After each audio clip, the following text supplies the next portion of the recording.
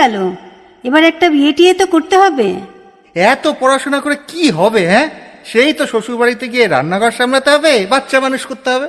শোনো, বাবা বলে দিয়েছে এই রোজ রোজ অফিস থেকে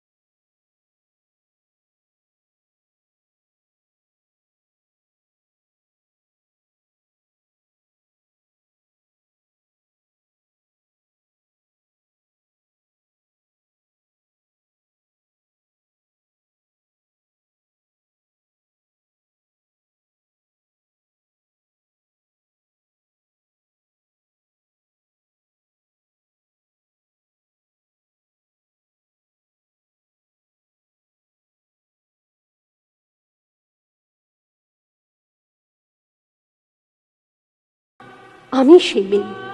একদিন হয়তো হয়তো একদিন হয়তো অন্য কোনো একদিন আমার সমস্ত মিথ্যে পোশাক ছুঁড়ে ফেলে দিয়ে আমি হয়ে উঠব সেই অসামান্যা।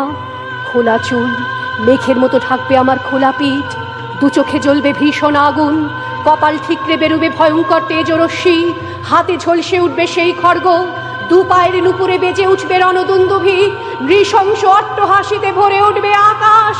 দেবতারাও আতঙ্কে স্তব্ধ হয়ে বলতে থাকবে, মহামেঘ প্রভাং ঘোরাং মুক্ত কেশিং চতুর্ভুজাং কালিকাং দক্ষিণাং মুন্ডমালা বিভূষিতাং। বিভৎস দাবানলের মতো আমি এগোতে থাকবো, আর আমার এগিয়ে যাবার পথের দুপাশে মুন্ডহীন অসংখ্য দেহ ছটফট করতে থাকবে।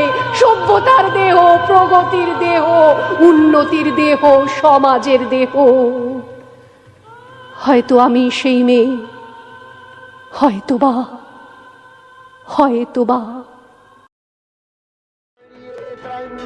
गौरी नारायणी नमस्तुते सृष्टि स्थिति विनाशानां शक्तिभूते सनातनी गुणाश्रये गुणमये नारायणी नमस्तुते शरणागत दीनार्थ परित्राण परायणे सर्वस्यार्ति हरे देवी नारायणी नमस्तुते अंशयुक्त विमानस्थे ब्रह्माणी रूपधारिणी गौशाम्भा शरीके